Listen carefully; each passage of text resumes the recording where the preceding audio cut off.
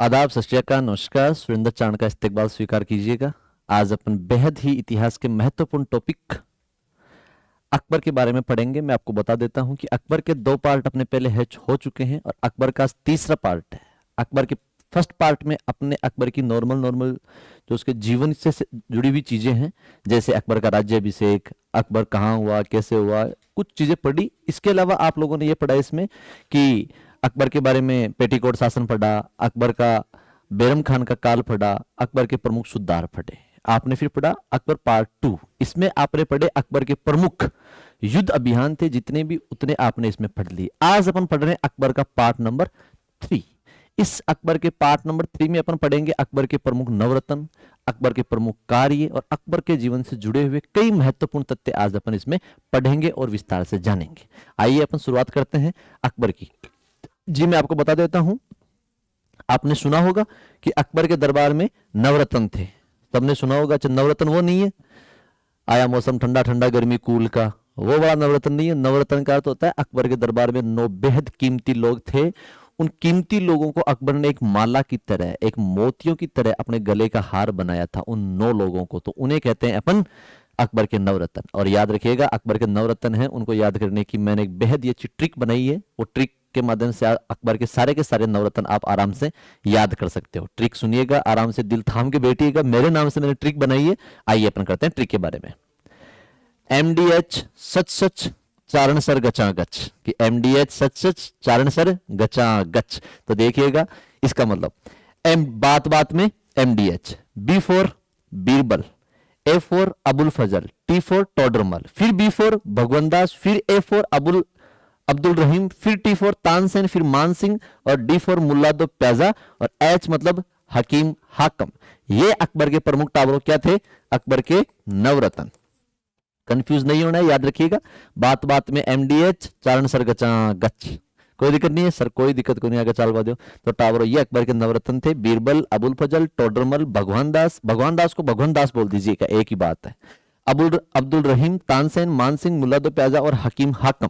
कई बार एग्जाम में क्या करते हैं, इन नवरत्नों से सीधा क्वेश्चन उठा लेते हैं कि कौन कौन से नवरत्न ने कौन कौन से काम किए, कौन कौन से नवरत्न ने कौन कौन से काम नहीं किए। आज अपन इनके बारे में जानेंगे बड़े विस्तार से। आइए अपन बढ़ते हैं आगे। तानसेन, सुरों का राजा तानसेन, जिसके बारे में कहा जाता है जब वो गीत गाता था तो मिरर के दरार आ जाया करती थी। इतना महान संगीतज्ञ कौन था? तानसेन था। याद रखिएगा वो तानसेन है। अच्छा, तानसेन के बारे में बड़ी कहावत है कि तानसेन जब भी इसको गीत वगैरह सुनना होता अकबर को तो इसको सीमेंट से बंद या चूना से बंद कमरे के अंदर इसको बैठाया जाता था। सर कांच के पास क्यों नहीं? क्योंकि इसकी राग सुन करके, इसकी आवाज सुन करके, इसके गले की जो मधुर आवाज सुन करके कांच बीचों बीच दरार आ जाया करती थी। इसलिए इसको कभी भी कांच के कमरे में बिठाया नहीं जाता। तो ये कहां बैठता? चूने के कमरे में या फिर सीमेंट के कमरे में। कोई दिक्कत नहीं है। आगे देखते हैं तानसेन। सबसे पहले तानसेन के बारे में यही बात याद रखनी है कि इस तानसेन का मूल नाम क्या है? रामतनु पांडे। याद रखिएगा, रामतनु पांडे तानसेन का मूल नाम। अच्छा, तानसेन वो नहीं है जो आप सोच रहे हो, वो वाले तानसेन नहीं है। आजकल दुकानों में मिलती है 5 रुपए, 7 रुपए, 10 रुपए की तानसेन खबर हो जाओ मस्त, वो वाले तानसेन नहीं है। तानसेन ये अकबर के दरबार में एक बड़े अच्छे उच्च कोटि के कलाकार थे। इनका मूल नाम क्या था? रामतनु पांडे इनका मूल नाम था। आगे बढ़े, याद रखिएगा यह अकबर से पहले किसके दरबार में थे? अकबर से पहले यह रीवा के राजा थे, उनका नाम था रामचंद्र। क्या नाम था? रामचंद्र। तो रीवा के राजा रामचंद्र के दरबार में टावरों कौन थे? अकबर थे। कोई दिक्कत नहीं, आगे पढ़ते हैं। इसके बाद इस तानसेन को अकबर ने एक उपाधि दी। उस उपाधि के बारे में एग्जाम में कई दफा क्वेश्चन आ चुका है। उपाधि का नाम है कंठा भरण वाणी विलास। याद रखिएगा, उपाधि का नाम है कंठा भरण वाणी विलास। जी हां, ये एक ही व्यक्ति का नाम है और यह उपाधि देने वाला अकबर था। और किसको दी थी? तानसेन को दी थी। ये बड़ा उच्च कोटि का। एक बार क्या होता है, मैं आपको एक घटना सुनाता हूं इस तानसेन की। अब आपको पता है कि इंसान की कोई एक बार कह दे बड़ी आदमी है, बहुत अच्छा आदमी है, और तू फूट रहा है, एक बार कह दे थैंक यू सर, फिर 2 बार कहे तू बड़ा फूट रहा है तो फिर भी थैंक यू, बार बार कोई बढ़ाया करे, थोड़ा सा इरिटेट फील होता है कि यार वो चावा कहीं वो आदमी। और अकबर क्या कर रहा था, इस तानसेन की उठर बढ़ाई, सोवर बढ़ाई, रात में नींदा में बल्ड है, बहुत बढ़िया पढ़ा रहे हो यार, बहुत बढ़िया यार। दुख होता है टावर मुझे, फिर वो बढ़ाई नहीं होती, फिर वो क्या होता है, वो बेइज्जती होने लग जाती है। तो अकबर ने तानसेन को कहा, तानसेन जी आपका गला ही है, मतलब पूछो ही मत। आपके गले से जो सुनता हूँ तो मुझे यूं मेरा नाना और दादी नाना और सब याद आ जाए, तो ऐसा क्या है? तानसेन ने कहा, थैंक यू सर, ये तो आपका बड़प्पन है कि आपने यूं भाई को इतना बड़ा स्थान दिया है। क्या ठीक। सुबह सुबह दरबार लग रहा था, तो तानसेन को फिर कहा, तानसेन जी बोला, हाँ आपका गड़ा क्या ही गड़ा ही है। तो तानसेन ने कहा, ठीक है सर, कोई बात नहीं, थैंक यू, धन्यवाद। 2-4 दिन 5-7 बार ऐसा हुआ तो बेचारा वो दुखी हो गया। अब हर कोई मिलकर कहे, तानसेन जी गड़ा क्या है, तुम्हारा गड़ा ही है। तो तानसेन एक दिन अकबर फिर कहता है कि तानसेन जी, बोला हाँ आपको पता है क्या? बोला क्या? कि आपका गला क्या है, सही में आपका गला ही है। ऐसा क्या है सर? तो उसने कहा, अरे सर मेरे गले से भी कई गड़ा बढ़िया है। तो उसने कहा, नहीं नहीं। अकबर ने फिर कहा कि दुनिया में आज तक न तो ऐसा कभी गड़ा हुआ है, न तो इतनी अच्छी राख किसी की है, नहीं कभी होगी, न तो भूत हो न भविष्य, न तो कभी ऐसा हुआ न कभी होगा। तब बेचारा को ज्यादा यूं लगा कि अब बहुत ओवर हो रहा। तानसेन ने कह दिया कि साहब ऐसी बात नहीं, मेरे से अच्छे भी कई कलाकार हैं जिनको आप सुने नहीं। तो अकबर ने कहा, अच्छा भाई को चैलेंज कर रहा है, इसका मतलब तू मेरे पे डाउट कर रहा है कि मैं संगीत की क्वालिटी नहीं जानता, तब मेरे को ये कह रहा है।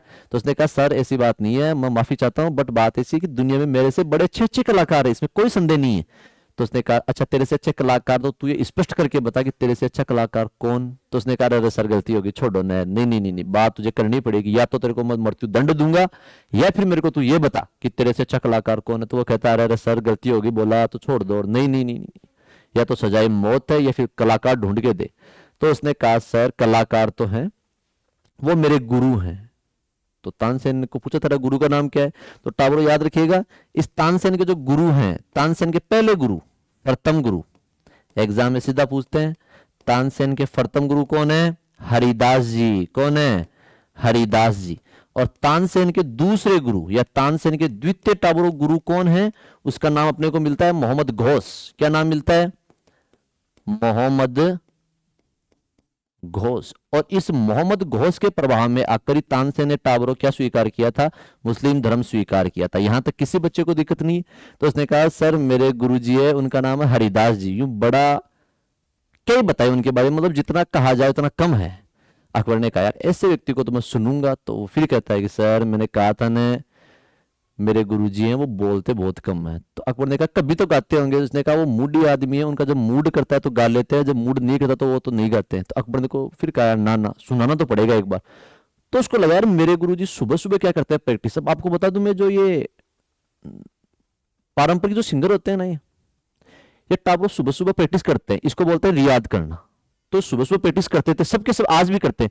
और अपने वाले की तरह नहीं है ये जो आजकल 2-2 4-4 मिनट के बना रखे हैं ना, यूं वूर ये कर देंगे और वो सिस्टम फाड़ देंगे, ये ऐसा नहीं है।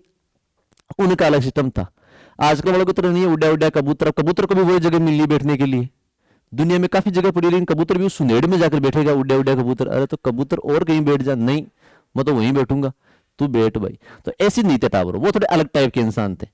उन्होंने कहा कि वो सुबह सुबह जब गाते हैं तो गाते नहीं, और गाएंगे तो फिर आधी 1 घंटे 2 घंटे 4 घंटे लगातार ही गाएंगे। तो अकबर को कहा चल। और टावर एक दिन आता है, अकबर और तानसेन दोनों जाते हैं गुरु के पास। हरिदास जी बड़े मूड वाले आदमी, हरिदास जी के आश्रम के पास अपनी कुटिया बनाते हैं सुबह सुबह झाड़ी में। झाड़ी जानते हो? अरे झाड़िया तो थे घनी जानो रे, झाड़िया में तो थको गुणे बागेड़ो है, बागेड़ो को बागेड़ो गुरु जी बहुत भागे झाड़िया को मान। तो झाड़ियों के अंदर छुप गए अकबर और तानसेन। और सुबह सुबह जब उठे हरिदास जी घूमे, हरिदास जी गाना नहीं गए। अकबर ने देखी यूं घूर घूर के देखे अकबर किसको? तानसेन को। तानसेन कहे, सर मैंने कहा था ना थोड़े से मूडी आदमी है, जब सेट होगा तो गा देंगे, कल गा देंगे। 2 दिन निकले, 3 दिन निकले, भाई साहब हरिदास जी तो गाने का नाम ही नहीं ले। हरिदास जी नहीं गए। फिर अकबर देखे यूं मैं मारूं और ये और वो। तो तानसेन फिर कहे, सर मैंने कहा था ना मूडी आदमी है, ऐसे नहीं गाएंगे। तो करे क्या इन मूडी आदमी का? कुछ तो उपाय होगा। तो उसने कहा, मैं कल बता दूंगा आपको। तो अकबर ने कहा, अगर कल नहीं बताएगा तो कल ये सब मार लेना, तेरे को जान से मार दूंगा। तो अकबर ने कहा, ठीक कोई बात नहीं। तानसेन तानसेन ने कहा, कोई बात नहीं अकबर, मैं ठीक है संभाल लूंगा। तानसेन बेचारा आता है दिन में, घूमता घूमता आश्रम में, आते ही पूछता है, गुरुजी किधर है?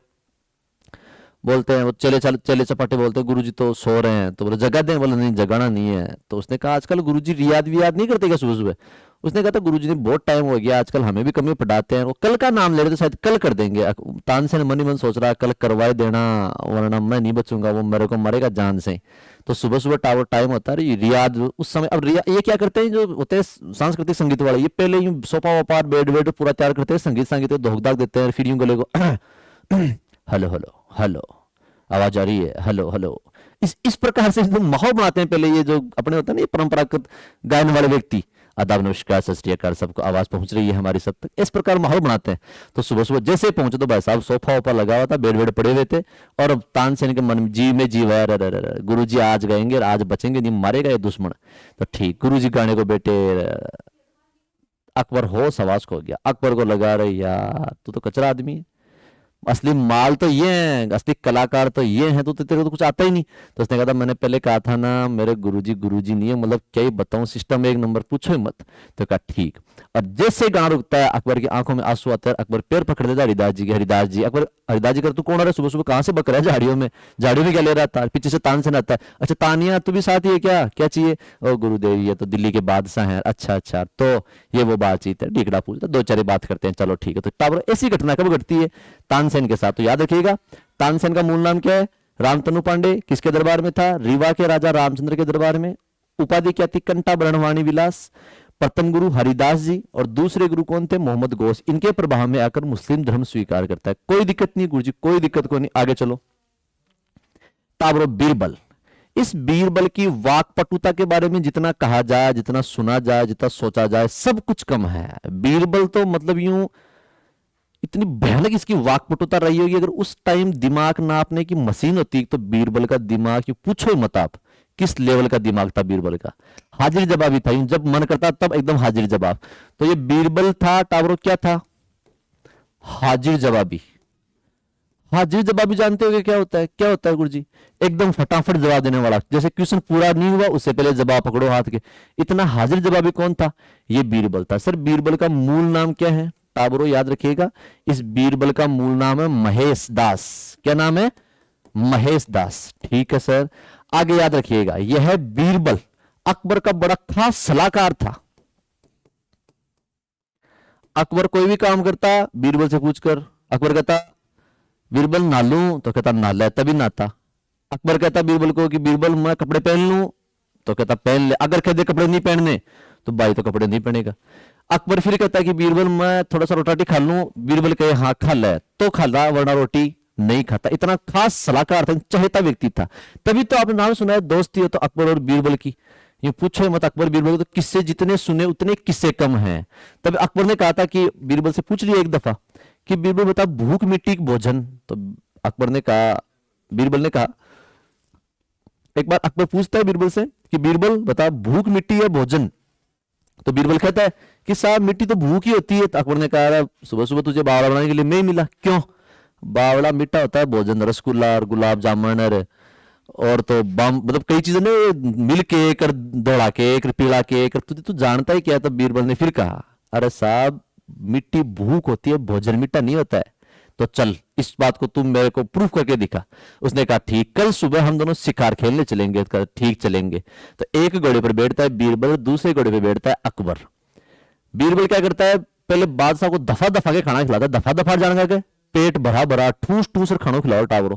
और बीरबल ने खा लिया, अकबर ने भी खा लिया, दोनों जाते हैं। शाम हुई, भूख लगी, बोला कुछ है क्या बीरबल, बोला साहब की नहीं है मेरे को। तो दूसरे दिन फिर उठा, कहा बीरबल कुछ खाने के लिए लेकर आ, मर रहे हैं। तो बीरबल ने कहा ना साहब की को नहीं। ऐसे 2 दिन निकले, 3 दिन 4 दिन हो गए और अकबर बादशाह मरे, अकबर बछड़ा खाए, ठिनर बठिनर पेड़ा आकर जगह अपना गांव में पेड़ पाड़ हुआ, पेड़ा का बाथा भरा भटका भरा बेटे, क्यों खबान दे रहा है, क्यों खबान दो।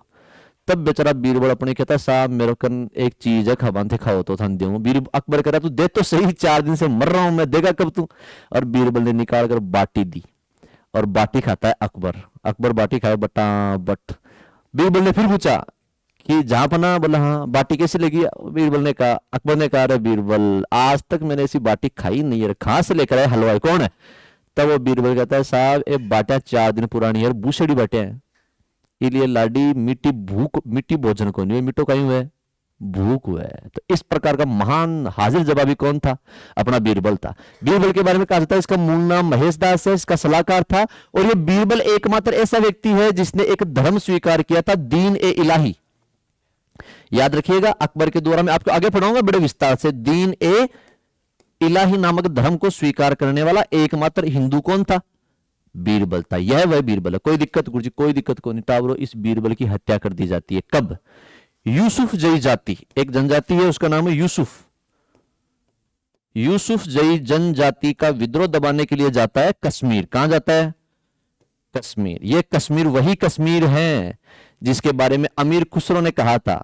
बड़े, आपने नाम सुना होगा, अमीर खुसरो अलाउद्दीन के दरबार में था, तो अमीर खुसरो ने कश्मीर के बारे में कहा है कि गर फिरदौस जमी अस्त अमी अस्त अमी अस्त अमी अस्तो। समझ दिया? दोबारा से सुन लो कि गर फिरदौस जमी अस्त अमी अस्त अमी अस्त अमी अस्तो। अगर दुनिया में कहीं स्वर्ग है तो वो यही है, यही है और यही है। तो कश्मीर को सबसे पहले स्वर्ग करने वाला कौन? अमीर खुसरो। तो टाबरो वहां जाता है और यूसुफ जई जनजाति का विद्रोह दबाते समय कौन मर जाता है? बीरबल। और इस बीरबल की टाबरो उपाधि क्या है? इस बीरबल की उपाधि है राजा, तभी इसको कहते हैं राजा बीरबल। कोई दिक्कत नहीं है गुरुजी, कोई दिक्कत को नहीं। आगे सुनो टाबरो। अबुल फजल, ये बड़ा महान व्यक्ति था, राजस्थान का लाल था। राजस्थान में जगह पड़ती है नागौर, याद रखिएगा, राजस्थान में एक जगह पड़ती है नागौर। इस नागौर का कौन था? ये अबुल फजल था। किसका बेटा था गुरुजी? इसके बापू का नाम था, पिताजी का नाम था शेख मुबारक। तो शेख मुबारक को बेटो कौन हो रहा है? अबुल फजल। और अबुल फजल कहां का था? नागौर का था। सर अबुल फजल का काम क्या था? तो याद रखिएगा, अबुल फजल एक उच्च कोटि का टाबरो क्या था? साहित्यकार था, साहित्य लिखा करता था, उपन्यास लिखा करता था। इस अबुल फजल ने ही अकबर का क्या लिखी है? अकबर की जीवनी लिखी है, जिसका नाम क्या है? अकबरनामा। नाम क्या है? अकबरनामा। तो याद रखिएगा, इस अकबरनामे को लिखने वाला कौन है? अबुल फजल है। कोई दिक्कत नहीं है गुरुजी, कोई दिक्कत को नहीं। और इस अकबरनामे को टाबरो कई भागों में बांटा जाता है। इस अकबरनामे का एक पार्ट है, उसका नाम है आईने अकबरी। आईने अकबरी। इस आईने अकबरी में इस अबुल फजल की खुद की क्या मिलती है? अपने को जीवनी मिलती है, आत्मकथा मिलती है। कोई दिक्कत को नहीं। अबुल फजल नागौर का था, शेख मुबारक का बेटा था, अकबरनामा लिखता है। आईने अकबरी में इसकी खुद की टाबरो क्या मिलती है? अपने को आत्मकथा मिलती है। कोई दिक्कत को नहीं गुरुजी, कोई दिक्कत को नहीं। आगे सुनो टाबरो। टोडरमल। टोडरमल के बारे में तो क्या ही कहा जाए। टोडरमल की उपाधि क्या थी? राजा। लगता है राजा की तरह। देखो मूंछों की अकड़, आंखों का तेज, तब तो समर्पण देकर टोडरमल का यूं देखने में बनता है, यूं मतलब यूं के तो माहौल रहा होगा, क्या पसंद रहा होगा। दो चार तो देख कर डर जाए, टोडरमल जी आ रहे हैं, ये मूंछों को ताव दे, यूं कलडा मतलब धोती की कड़प ही नहीं आ रही। टोडरमल तो टोडरमल, इसलिए टोडरमल की उपाधि क्या पड़ी? राजा। टोडरमल क्या था? टोडरमल उस समय का अकाउंटेंट था। सारा का सारा माल किधर से आ रहा है, माल किधर जा रहा है, पैसा किससे लेना है, पैसा किसको देना है, 2 रुपया सैकड़ा ब्याज देना, 4 रुपये देना, आज कुछ कहीं करना, इसलिए सारा रुपए का हिसाब कौन रखता था? टोडरमल। तो याद रखिएगा, यह टोडरमल पहले कहां पर था?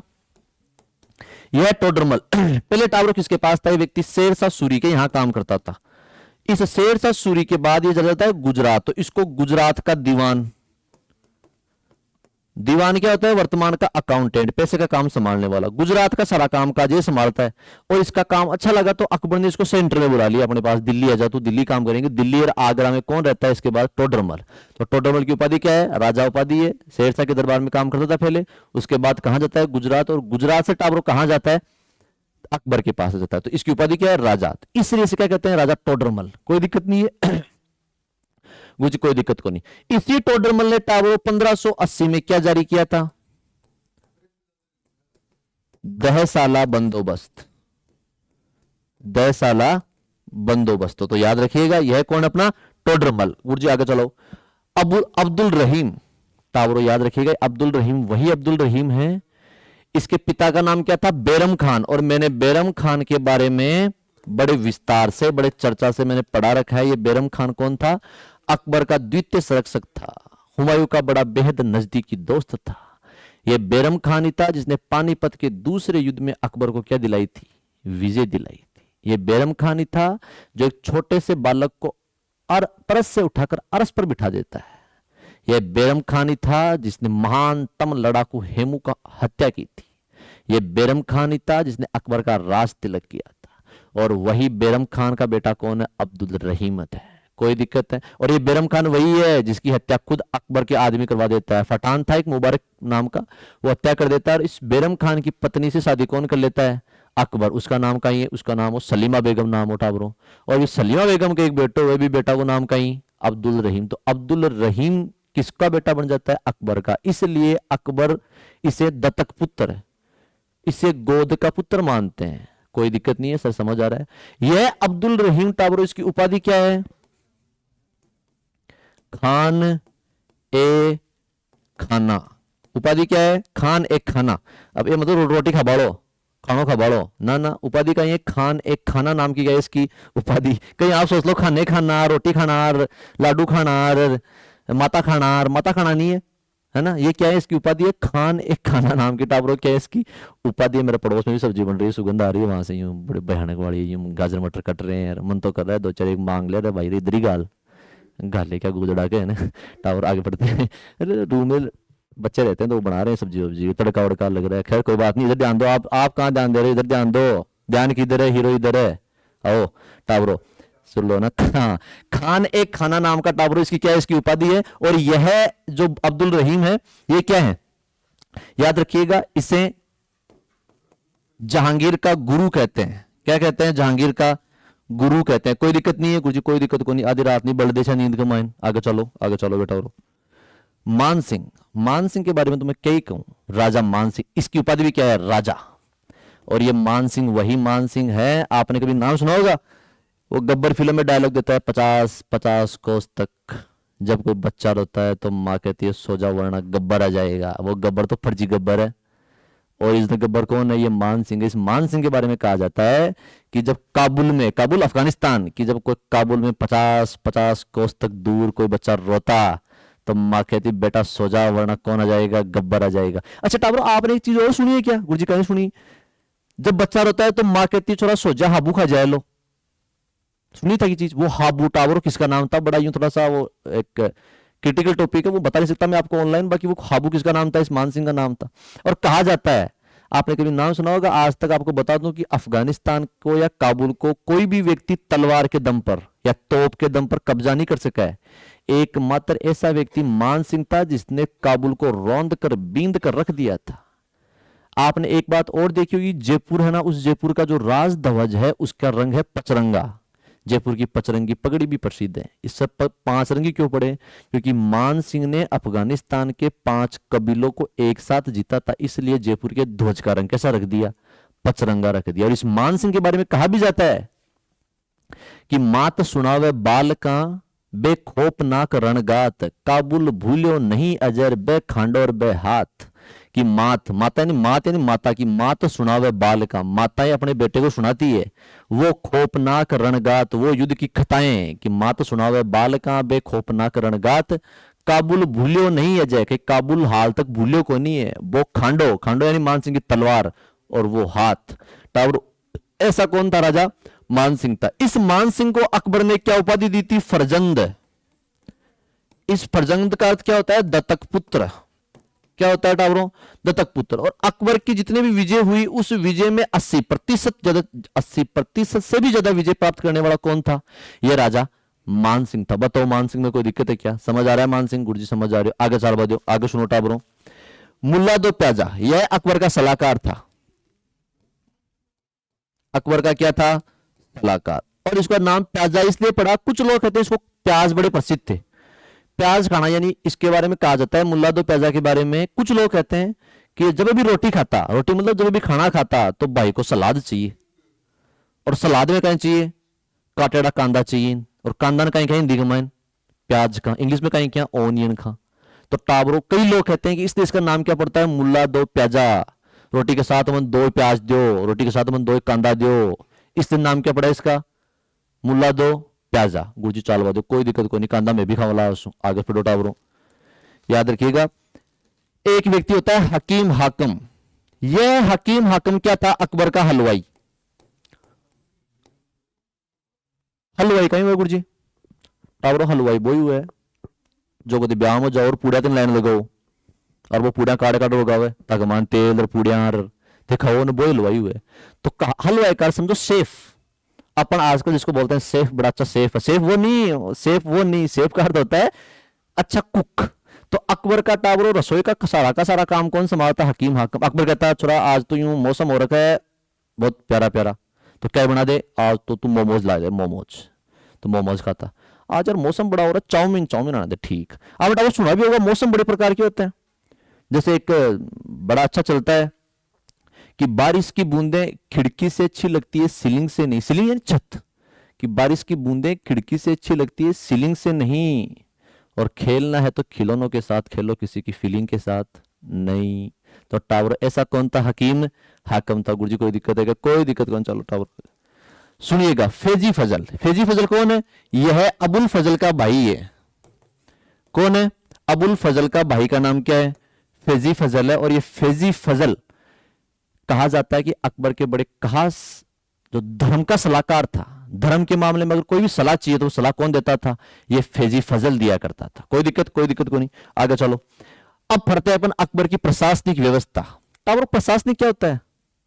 प्रशासन से संबंधित व्यवस्था। आजकल अपन बोलते भी RS IS, Rajasthan administration services, जैसे जो भी काम ऑफिस से होता है प्रशासनिक होता है। तो टावर सुनिएगा, प्रशासनिक व्यवस्था सबसे पहले पढ़ेंगे 1577 में एकल प्रणाली। सर ये एकल प्रणाली, ये द्विप्रणाली क्या है? पहले अकबर अपने दरबार में जो भी व्यक्ति होते उन्हें केवल और केवल एक उपाधि देता। ये उपाधि ले ले, ये इस उपाधि को रख। इस उपाधि को कहते थे एकल प्रणाली की। एक सारे के सारे लोगों को एक समान रखना, एकल प्रणाली। फिर अकबर ने इसे चेंज किया 1592 में, और अकबर ने इसे क्या बना दिया? द्विप्रणाली। और द्विप्रणाली को अकबर बांटता है दो भागों में। एक भाग जात है, दूसरा सवार है। जात और सवार क्या होता है? जात का अर्थ होता है मनसबदार की हैसियत। अगर आपने सुना होगा इसके पास 5,000 का जात है, 5,000 का सवार है, तो मनसबदार की हैसियत तो कितनी है? 5,000 की। और सवार का अर्थ क्या होता है? घुड़सवार। यानी जब भी वो लड़ने के लिए जाएगा, जब भी वो अभियान पर जाएगा, तो उसके पास इतने घुड़सवार तो रहेंगे ही रहेंगे। इसलिए जात और सवार में दो भागों में क्या बांटता है अकबर? अपनी प्रशासनिक व्यवस्था बांटता है। कोई दिक्कत है क्या? समझ गए टावर? अच्छा मैं आपको बता दूं, अपने सीधी सीधी भाषा में इसको क्या बोलते हैं? मनसबदारी व्यवस्था। क्या बोलते हैं? मनसबदारी व्यवस्था। तो टाबरो याद रखिएगा, इस व्यवस्था को क्या बोलेंगे? मनसबदारी व्यवस्था बोलेंगे। ठीक है? ठीक है गुरुजी, आगे सुनो। अकबर की धार्मिक नीति। धार्मिक जानते हो क्या होता है? धर्म से संबंधित। अकबर को यूं बड़ा चाव था कि मैं एक धर्म चलाऊं, और मेरे को जिस प्रकार महात्मा बुद्ध को पूज रहे हैं, जिस प्रकार नानक देव, जिस प्रकार अपने जितने भी धर्म वाले व्यक्ति हैं, जैसे जैन में महावीर स्वामी, इनकी तरह मेरे को भी जाने लोग, मैं भी धर्म चलाऊं। तो अकबर ने टावर धर्म चलाने के लिए एक नीति अपनाई। उस नीति का नाम है सुलह। एक कुल की नीति। एग्जाम में सीधा पूछते हैं, इस सुलह कुल की नीति का अर्थ क्या होता है? इसका होता है सर्वधर्म समभाव, यानी सभी धर्मों को एक दृष्टि से देखना क्या कहलाता है? सुलह कुल की नीति कहलाती है। इसी नीति के तहत टावरों आपको पता होगा कि अकबर ने 2 3 4 चीज बंद की थी। 1562 में अकबर ने क्या बंद कर दिया था? दास प्रथा। 1562 में ही, सॉरी 1563 में अकबर ने क्या बंद कर दिया था? तीर्थकर। और 1564 में अकबर ने क्या बंद कर दिया था? जजिया कर। और 1562 में ही अकबर ने क्या बंद कर दिया था? युद्ध बंदी। जितने भी युद्ध में बंदी बनाए गए हैं उन लोगों को क्या कर दिया था? रिहा कर दिया था। तो वो सारी की सारी किसके तहत आएगी? सुलह कुल की नीति के तहत आती है। आगे पढ़ते हैं टावरों। देखो, इबादत खाने की स्थापना। ये इबादत खाना क्या है? इसका अर्थ है कि व्यक्ति आएंगे, धर्म के व्यक्ति, और मुझे क्या समझाएंगे? इसका अर्थ समझाएंगे। यहां बैठकर भगवान की प्रार्थना करेंगे। सबसे पहले इस इबादत खाने में टावर कौन आते थे? सुन्नी मुसलमान। मुसलमान दो प्रकार के होते हैं, शिया और सुन्नी। तो सबसे पहले कौन आते थे? सुन्नी आते थे। और फिर वो धीरे धीरे आपस में आक्रोश बढ़ने लगा। तो अकबर ने कहा नहीं, अब सारे के सारे धर्मों के क्या आएंगे? लोग आएंगे। तो इबादत खाने की स्थापना 1575 में करता है। और सभी धर्मों के लिए कब खोलता है इबादत खाने को? 1578 में खोलता है। ठीक है? तो याद रखिएगा, इस इबादत खाने में एग्जाम में कई दफा पूछ लेते हैं कि हिंदू धर्म की तरफ से कौन आए? तो याद रखना, देवी और पुरुषोत्तम नामक व्यक्ति आए थे। इस इबादत खाने में पारसी में कौन आए? मेहरजी राणा और दस्तूरजी राणा आए। ईसाई व पुर्तगाली में कौन आए? अक्का बीवा और मॉन्स रेंट नामक दो व्यक्ति आए थे। और जैन धर्म से कौन आए थे? हरि विजय सूरी और जीन भद्र सूरी नामक दो व्यक्ति आए थे। कोई दिक्कत है क्या? कोई दिक्कत को नहीं। आगे सुनो टावरों। महजर की घोषणा 1579 में। सिर्फ महजर क्या होता है? इसका अर्थ होता है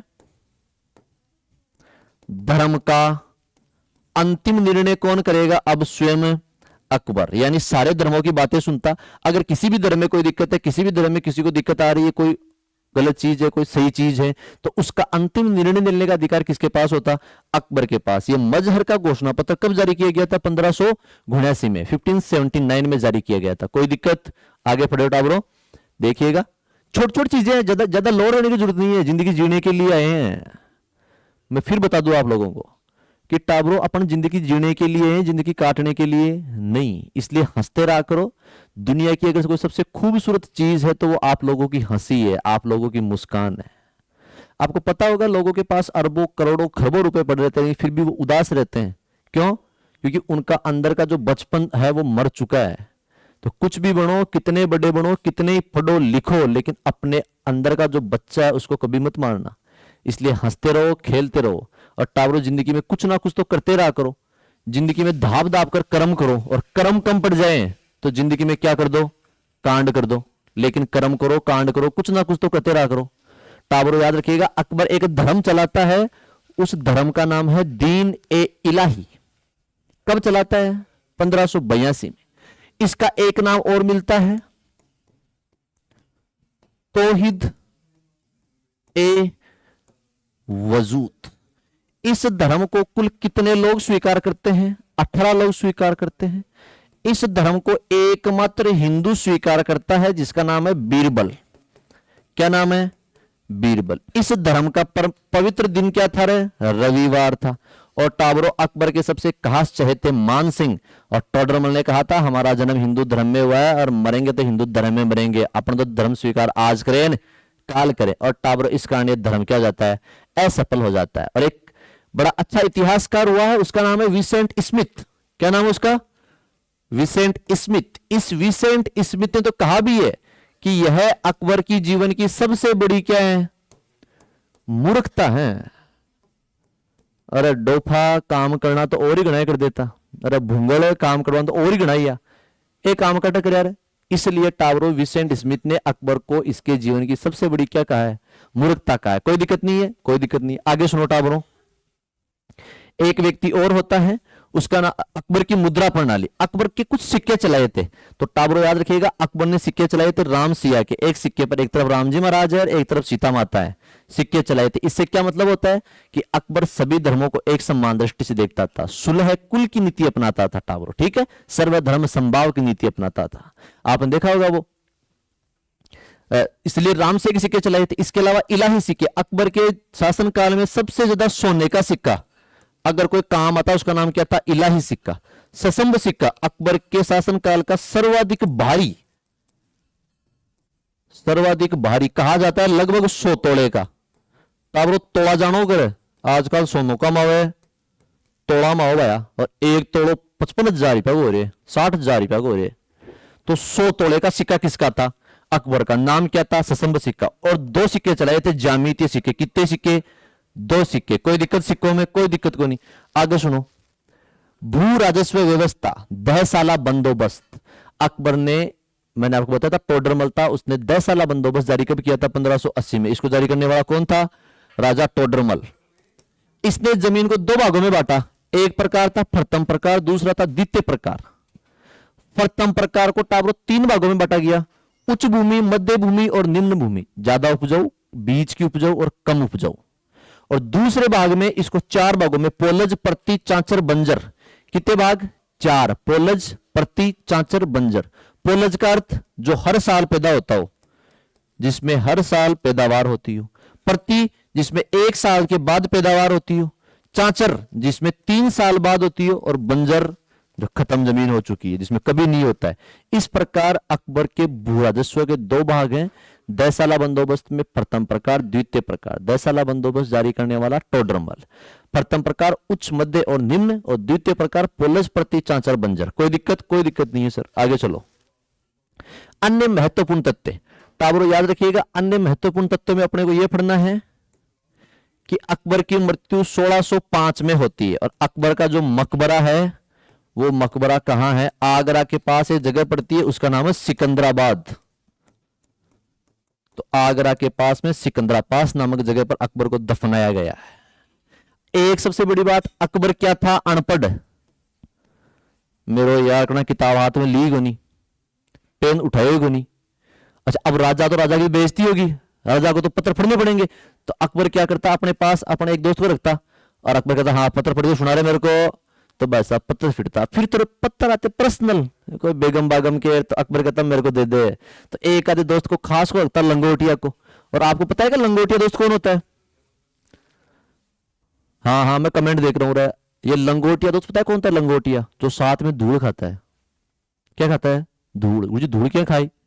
टाबरो धूल का तो होता है जो बच्चा साथ में पले बड़े होते हैं, टाबर बचपन में माटी खाए कौन खाए, और माटी ने कहीं खेवा धूल है। तो जो टावरों साथ में धूल खाता हुआ क्या होता है? लंगोटिया। तो अकबर अनपढ़ था, और अकबर के शिक्षक का नाम क्या था?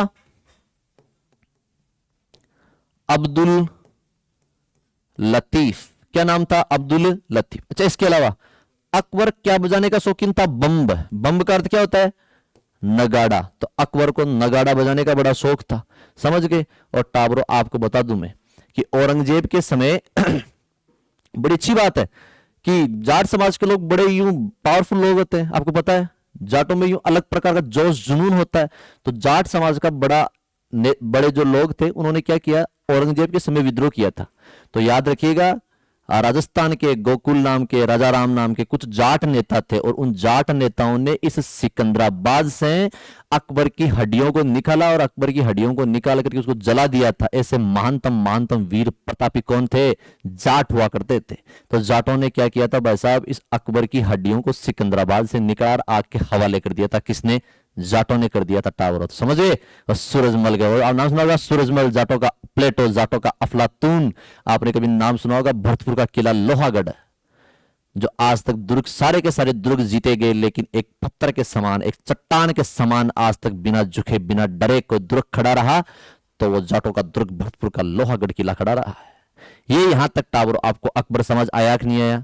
अकबर समझ आ रहा है? किसी को भी कोई भी दिक्कत है तो कमेंट बॉक्स में डाल दें, आपको उत्तर मिल जाएगा।